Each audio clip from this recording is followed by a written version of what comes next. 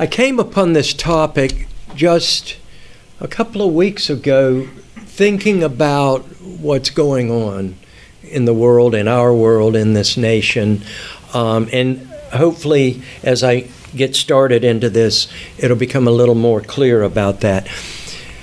We know that some of us may profess ourselves to be Christian, Unitarian Universalist Christian, others not. We are an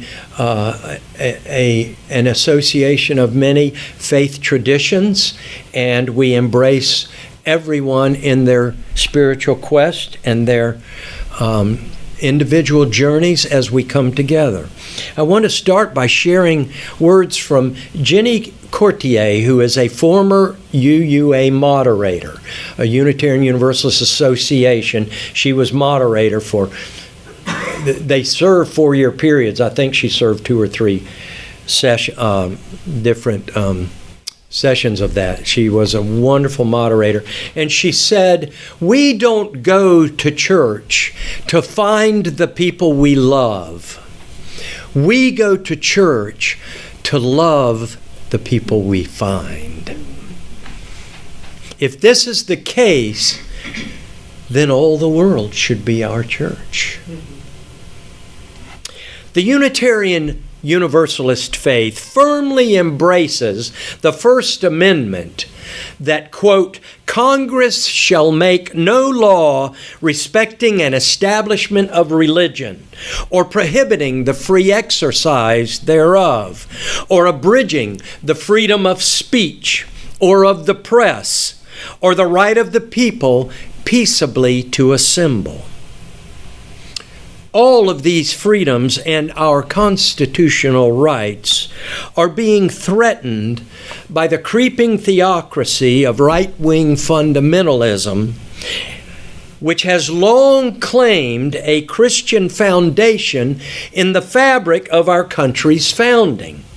In short, they call America a Christian nation.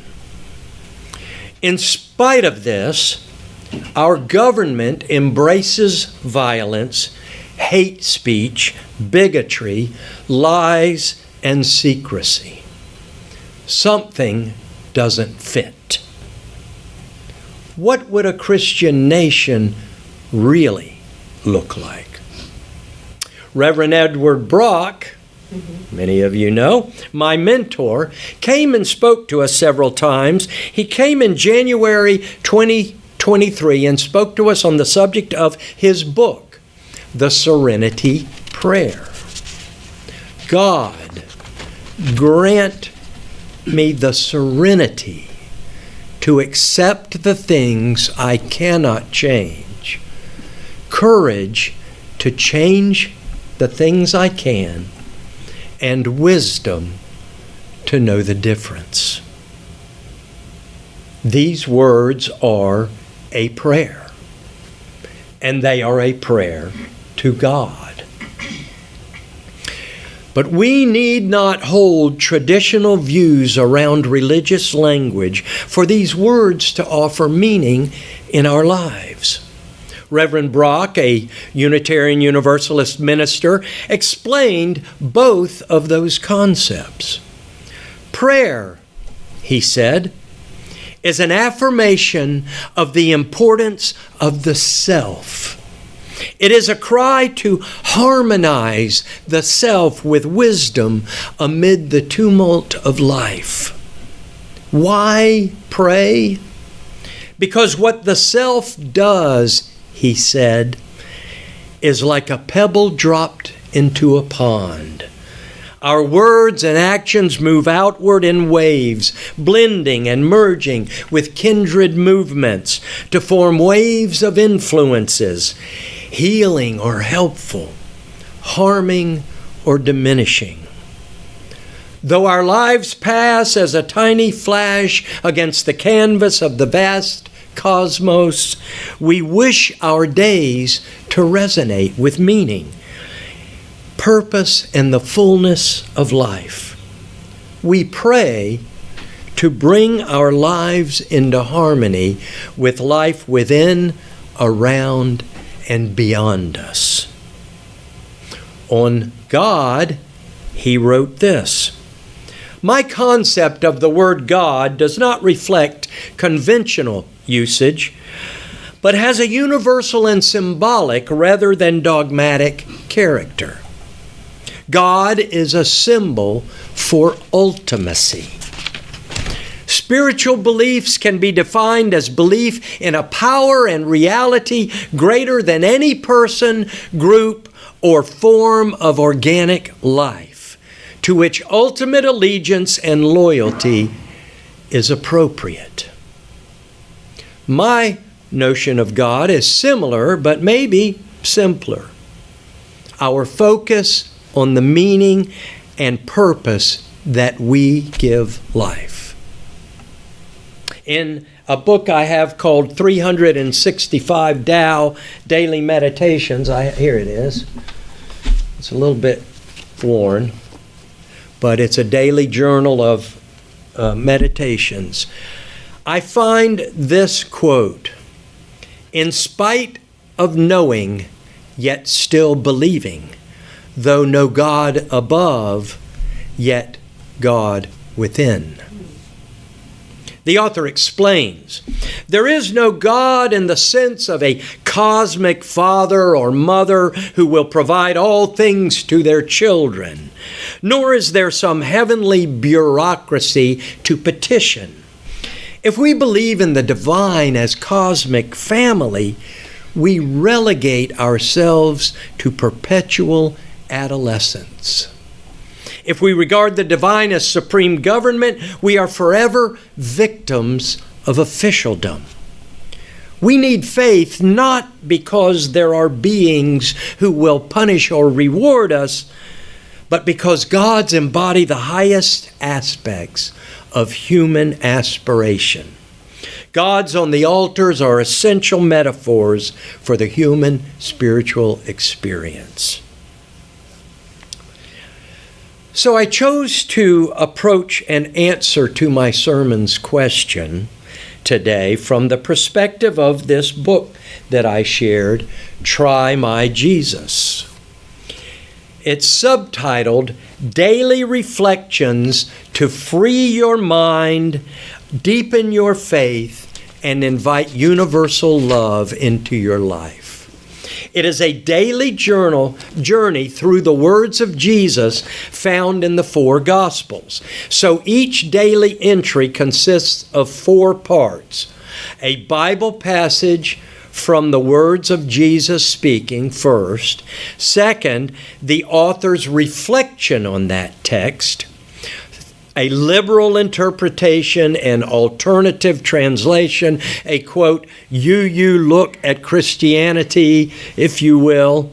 Third, a restatement of the Bible text through the Spirit of love, which is the ministry of Jesus. And fourth, Try My Jesus, an invitation by the author to reflect, to write, or to act upon these words of Jesus. And so, let's play a game. I'm going to choose one of Reverend Carlton's daily reflections. I have displayed them on slides, which I will show. I'll give some background information. Then you are invited to reflect on it as he does and offer your own modern meaning or interpretation for your life. What does it speak to you? How would it apply to a Christian nation? Now here's a hint to the interpretation. As I said, and as the Commodore sang, Jesus is love. The sender of every message, therefore, will be love. Now you can do what Reverend Smith did. You can focus on one particular piece of the message, or you can offer an anecdote from your own life, or just reword it so it has some meaning for you.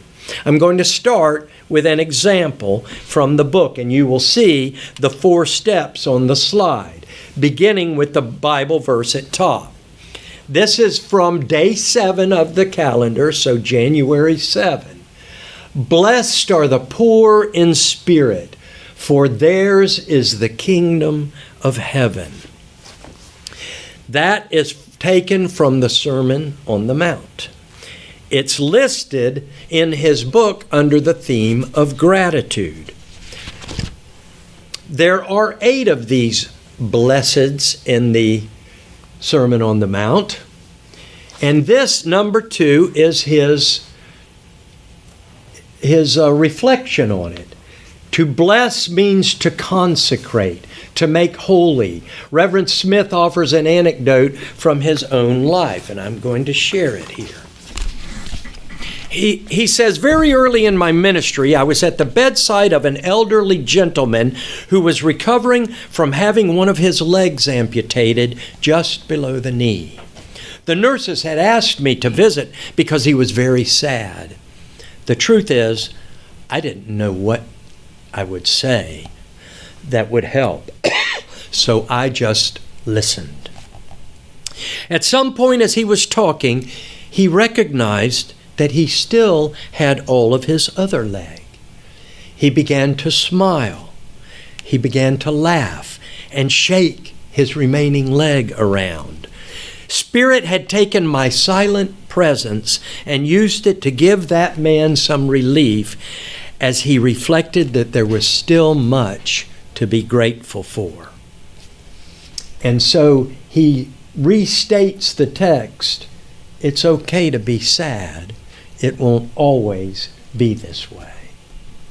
Under the 4th category, Try My Jesus, Reverend Smith challenges us to visit or call someone who is facing a challenge.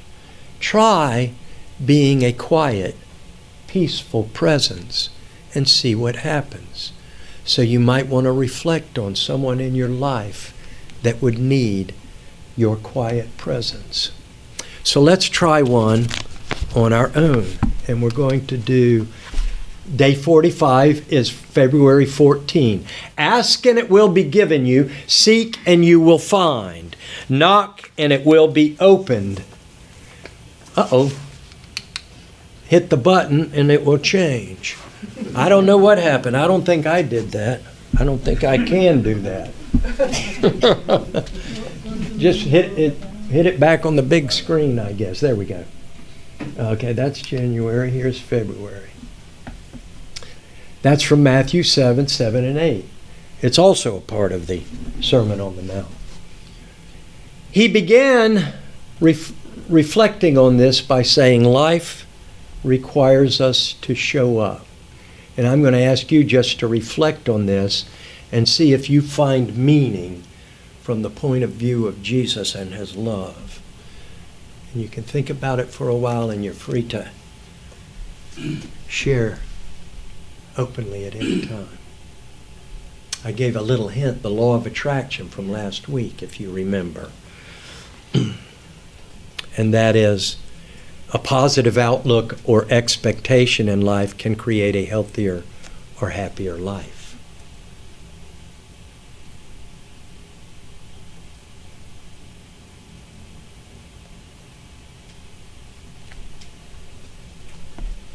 Ask, seek, knock. I dare you.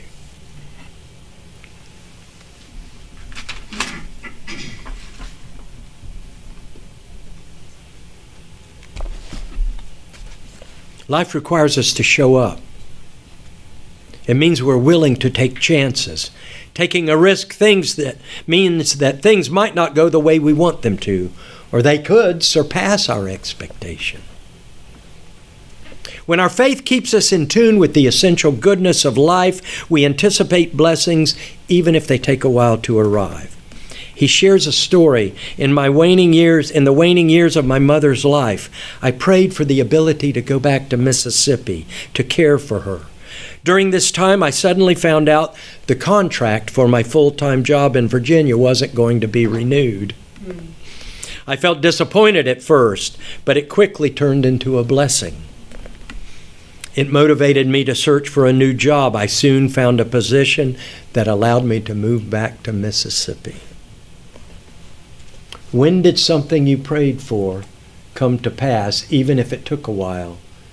or came in an unexpected way. Any takers?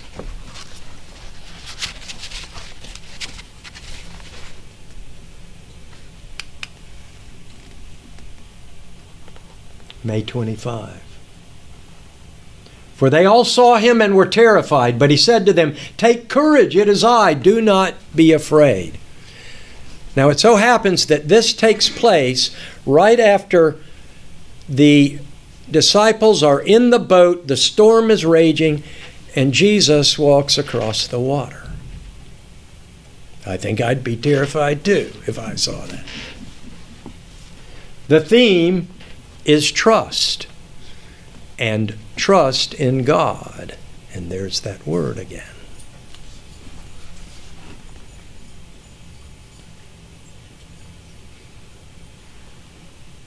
Any reflections come to mind? Anything from your own life?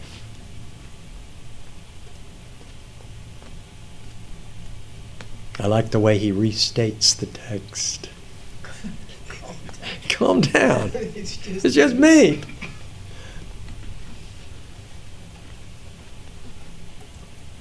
In what aspect of your life is Jesus telling you perhaps to calm down and not be afraid? Where might Jesus be trying to break through as a blessing in disguise? Rhea. On social media, you have the opportunity to reinterpret Jesus as it gets politicized. It's suggested to you that the nation is, like you said, a Christian nation, but then you see another, like, who would Jesus deport? One of those protest things. Yes. Yeah. The opportunity to ask yourself who Jesus really was and what his message really is up front these days. Yes. And there's a lot of Jesuses. Because everybody, I thought of this as I was going through here. All of his disciples saw him not as Jesus was, but as they were. So you have doubting Thomas, you have Peter who denied, you have Judas who betrayed, you have all the people seeing, just as people know us through the lens of their own life. We're different for everybody. So. But it's also very confusing for a lot of people because what's going on in the world and wars and all that, sometimes you just think, well, are they taking a break, this God and Jesus? Because it doesn't seem that there is much involvement of the good, so it's easier to believe all this when things are going pretty well, but when things are going really bad, then it's difficult to, at the same time, believe in all the good of Jesus, I think I agree with that. I'm not sure because I can't remember when things were going well, right? Can I say something? Yes, please. Yeah, I knew there was something from Gandhi, so I just Googled it to be sure. And he said something that I still remember. I like your Christ. I do not like your Christians. Your Christians are so unlike your Christ. Yes.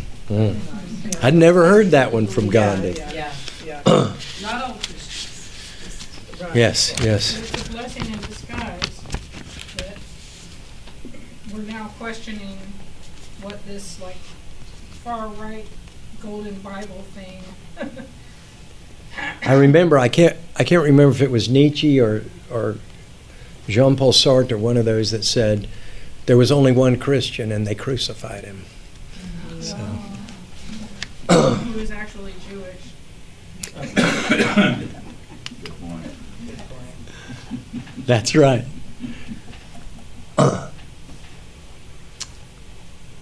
The foremost is you shall love the Lord your God with all your heart. I know so many of us have heard this. And with all your soul and with all your mind and with all your strength. The second is this. You shall love your neighbor as yourself.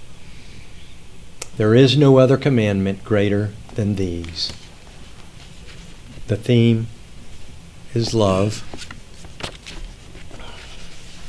Can I? Yes. What I'm puzzled about is when they call themselves Christian and they go to church and they read the Bible and it states these things in the Bible that you should love your neighbor as yourself.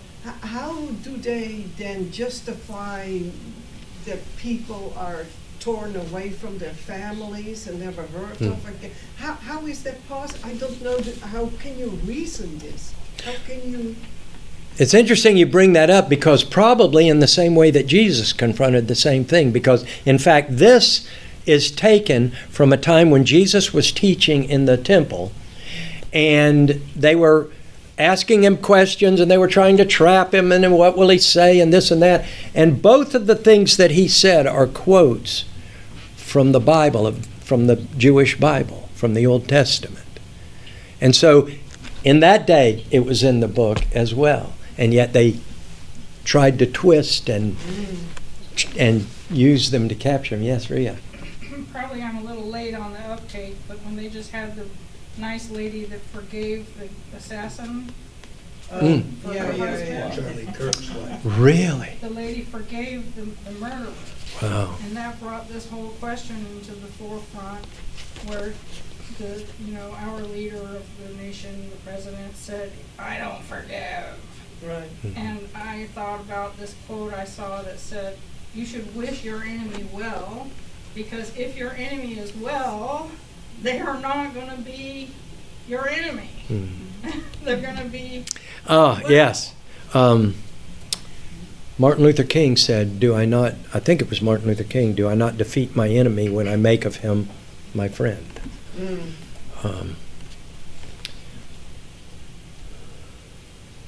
And the author, Carlton, said, if I wanted to restate it, he said, isn't it good that Jesus only gave 2 commandments and not 10, because we're in a world where, it's too long, I can't read it. I didn't read it.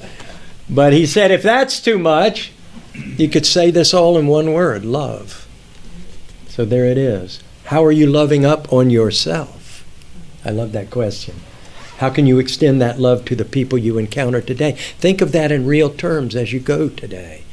How can I spread this love with whoever I meet? Let's move to, the Lord said to her, "Martha, Martha, you are worried and distracted by many things, but only one thing is necessary. For Mary has chosen the good part, which shall not be taken away from her." And here's what's going on. Jesus visits the home of sisters, Martha and Mary. Mary sits at Jesus' feet, listening. Martha, who invited Jesus, frets with all the preparation. She says, "Jesus, tell her to get up and help me. Don't you care that she has left me with all these serving chores?" And that's what's going on. And Jesus says, calm down. Easy for him to say. Nobody relates to this, right? It was like Cinderella or something. When have you been a Martha? So preoccupied with things. We talked about that in terms of, and I know Reverend Brock talked about it in his book about trying to change people and trying to change things that we cannot change. Yes. Isn't that simply another restatement of the "be calm, it's just me"? To be calm, it's just me. Yes. Yes. Maybe Martha's a control freak and wants to be. Yeah. Exactly. Caught up. But someone has to do the work, right? Okay, Martha. Someone needs to do it. Let me see where I can find, if I can catch up with the one we're on. Which one is this? 212. Because he says in here, at times I've been Martha myself. I've been so caught up in trying to make things perfect, make everybody happy, live up to whatever expectations I have of myself, that I forget to be present with the people I love. Over-preparing can be a kind of spiritual materialism. We can let go of the spotless house when company comes over because what matters most is that we are together. We can let go of the fantasy of a beautifully prepared 4-course meal when soup and bread offered with love and care is enough. This is a tough one for me. Don't let the perfect get in the way of the good. Right. Oh, Bingo. There you go. Oh, good. Now, this one I chose because it's today, number 271. When they persisted in asking him, he straightened up and said to them, "He who is without sin among you, let him be the first to throw a stone at her." Now, we've just been talking about all of these people and all of these things that are so wrong in the world. And here we are. The only thing I can think of is I am definitely judging Randy Fine because he's trying to say that we're going to have Sharia law here in Florida and he's going to stop it. And I'm judging him as being a little bit extreme. And there we go. So how might you say this? We don't talk a lot about sin in UU circles. In fact, I remember many, many years ago, one of our UU World magazines on the front page said in big letters, "We don't do sin." I kind of You sin in your mind. But cringed off of that one a little bit. But if you can't judge anyone, how can you then address evil? How can you address violence? How can you address murder? Well, you might note that Jesus did not say, "Do not judge others." He said, "Judge others as you wish to be judged. In the way that you judge others, you will be judged." So, Andy, a lot of that is remember that what we tend to dislike, or what we should be disliking, is the act, the action, not necessarily the person. Right.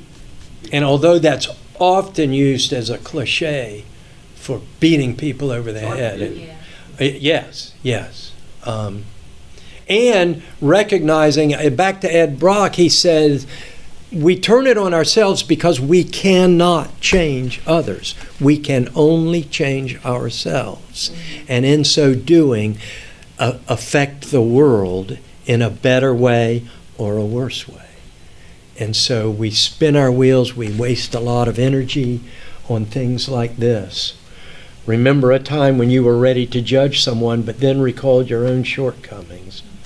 Well, that happened to me just a couple of days ago. I don't remember what it was, but I remember backing up all of a sudden and saying, "Whoa, wait a minute." And I do it way too much, way too much.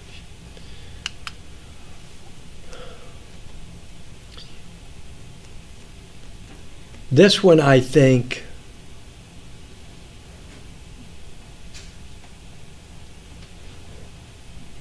it sounds sort of like privileged. Like, if you do what I say, you'll be one of the special ones. But the way it isn't that at all. The way he interprets it in the book, wherever we make our home is where we abide. Jesus tells us that we follow his simple if we follow his simple teachings to love completely, to love God with all our being, love our neighbors as ourselves, and love each other in the way that he loved others, we will have love as our home. So to me, it's more like a truism. If we have love, we will abide in love. If we continue in love, we live in love. It's true by virtue of the statement itself. So the question is, how are we making love our home? How do we operate from the foundation of love?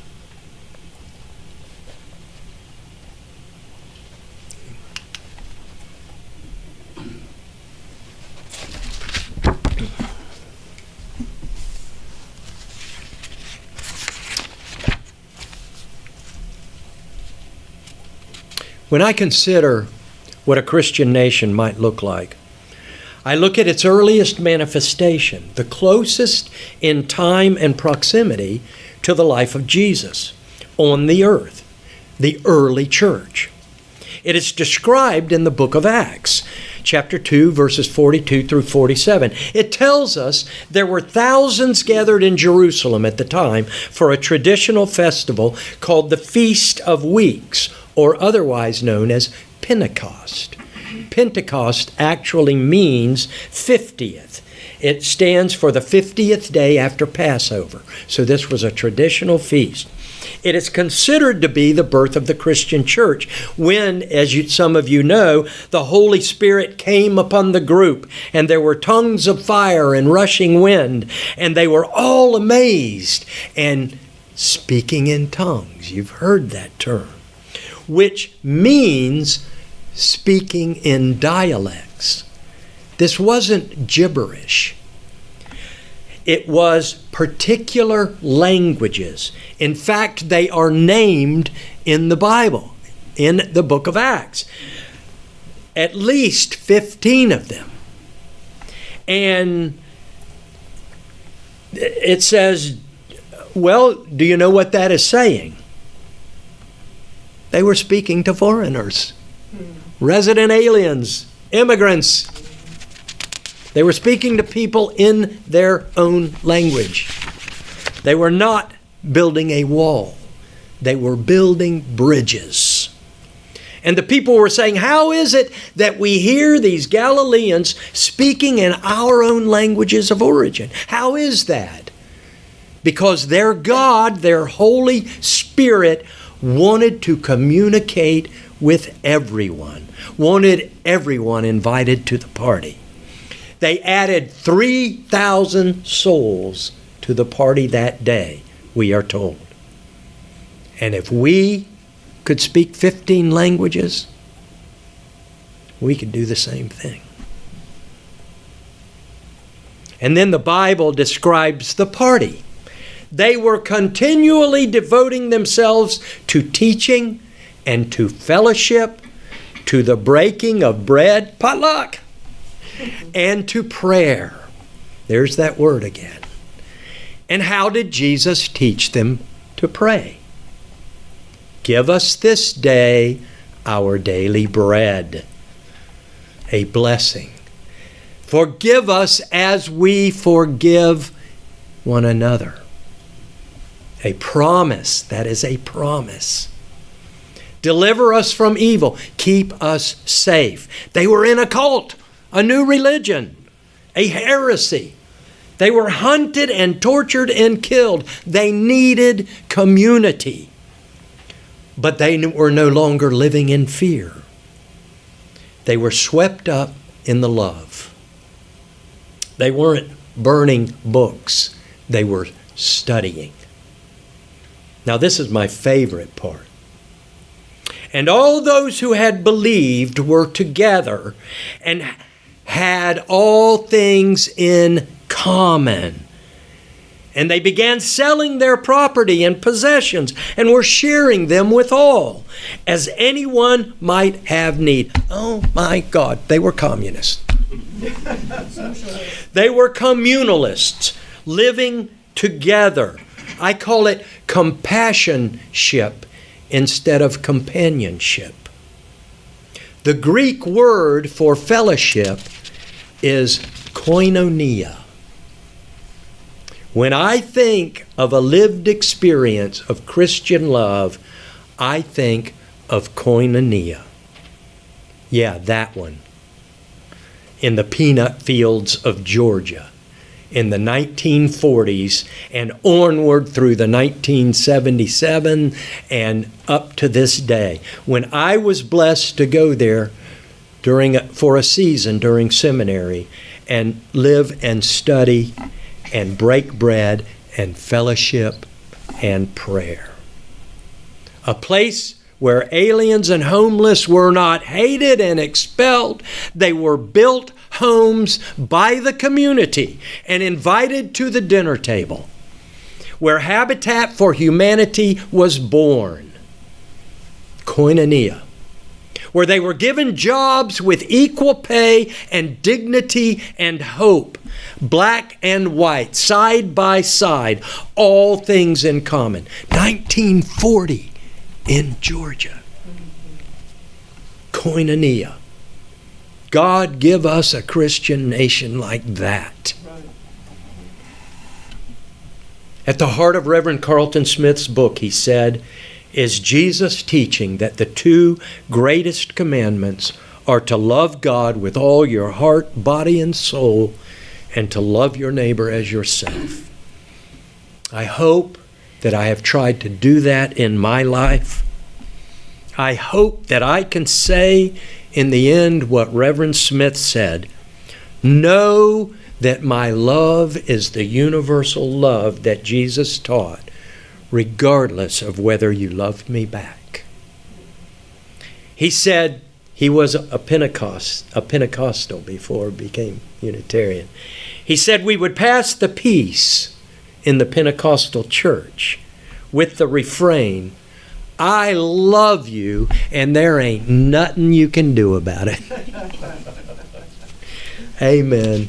Blessed be.